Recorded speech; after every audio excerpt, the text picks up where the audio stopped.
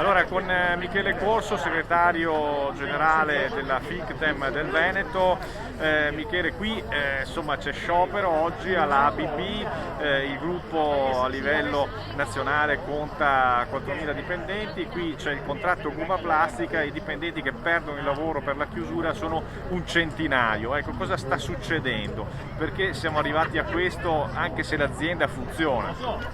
Siamo arrivati a questo perché l'azienda ha deciso in maniera unilaterale di spostare la produzione in un altro sito e quindi delocalizzare. Quindi in questa avvertenza si incrociano tre aspetti.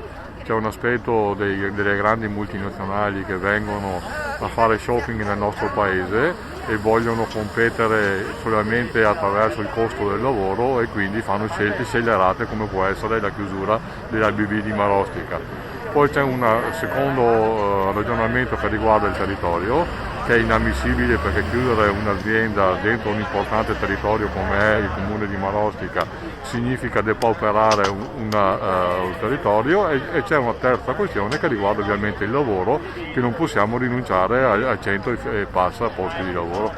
E siamo tra l'altro in un periodo, quello della pandemico, che è ulteriormente un'altra crisi in mezzo.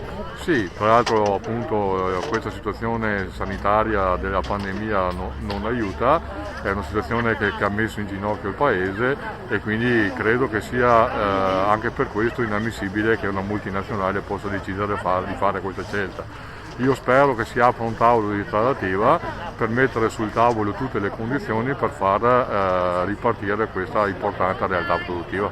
Quindi speriamo non solo sulla regione ma anche a livello nazionale. Sì, certo, ovviamente non solamente a livello regionale ma anche a livello nazionale, perché ricordo sempre che oggi al Mise ci sono 130 tavoli di crisi aperte, però ripeto, qua non siamo in una situazione di crisi, qua siamo nella scelta unilaterale delle aziende che ha deciso di spostare la produzione.